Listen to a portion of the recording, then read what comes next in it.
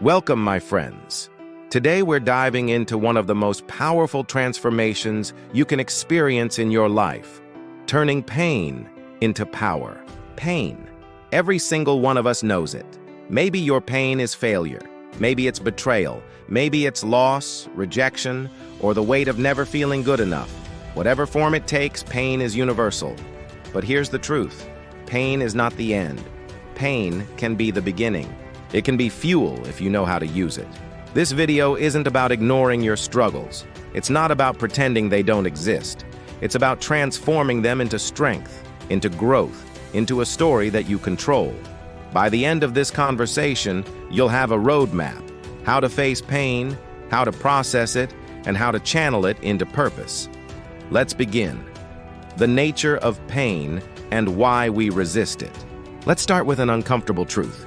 Most of us spend our lives running from pain. We distract ourselves with entertainment, with busyness, with numbing habits. We pretend it doesn't exist, or we bury it so deep we think it's gone. But it's not gone. Pain doesn't disappear when you ignore it.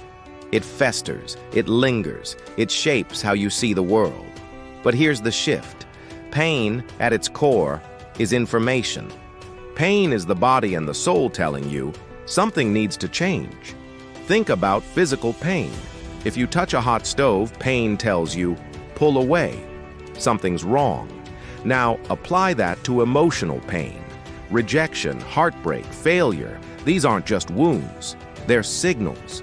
Signals that there's something to be learned, something to be redirected, something to be transformed. But transformation requires courage. It requires us to stop running and start facing. Ask yourself, what is my pain trying to teach me? The myth of strength without struggle. Many people believe strength is about never breaking, never struggling, never falling down. That's a myth. Real strength is born in struggle. Look at the strongest people you know, not physically, but emotionally, spiritually, mentally. Chances are, every one of them has walked through pain. They didn't become strong in spite of their struggles. They became strong because of them. This is a paradox of life, the very thing we avoid. Pain is the very thing that shapes us into who we're meant to be. History is filled with examples: leaders who endured hardship, creators who battled rejection, innovators who faced failure after failure. The pattern is always the same. They turned pain into power. Now, you may not be leading a nation or building an empire, but your story matters just as much. Your pain is your training ground. It's shaping resilience, empathy, creativity, perspective. Things you could never learn from comfort alone. So stop seeing pain as proof you're weak. See it as proof you're in the process of becoming strong. Practical steps to channel pain into purpose. Now let's get into the heart of this. How do you actually do it? How do you turn pain into power? Here are 5 steps you can take. Step 1. Acknowledge it. Don't bury it. Don't deny it. Say, yes, I am hurting. This is my reality. Owning pain is the first step to healing it. Step 2. Reframe it. Instead of asking, why me? Ask, what now? Pain isn't a punishment. It's a signal. Train yourself to reframe pain as an opportunity for growth. Step 3. Extract the lesson. Every setback carries wisdom. Failure teaches resilience. Rejection teaches redirection. Loss teaches value.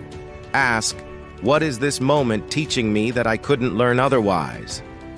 Step 4. Channel the energy. Pain is raw energy. You can waste it on anger, bitterness, and self-destruction. Or you can channel it into progress. Write, create, train, build, serve, move forward. Step 5. Share it. This may be the most powerful step.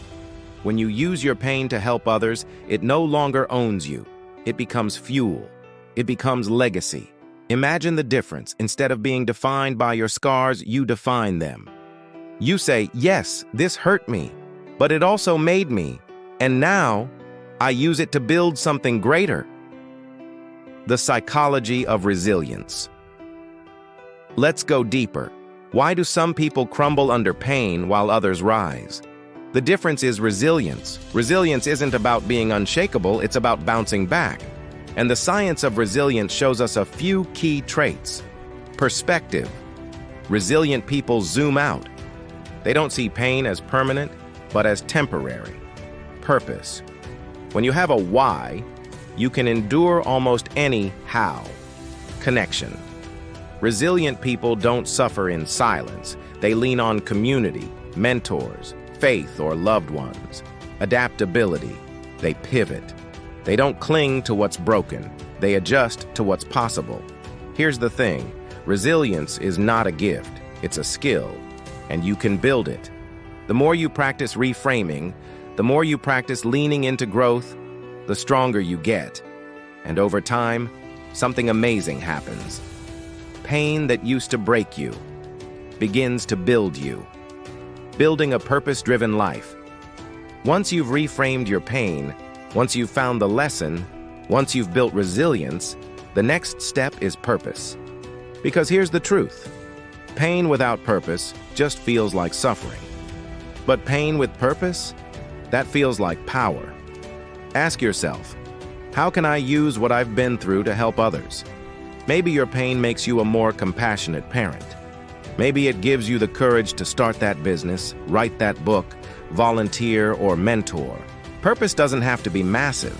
It doesn't have to mean changing the whole world. It can mean changing one person's world. And often that's enough. When you live with purpose, pain no longer feels wasted. Every scar becomes a source of strength. Every setback becomes a stepping stone. Every wound becomes wisdom. So here's my message to you. Stop running from pain.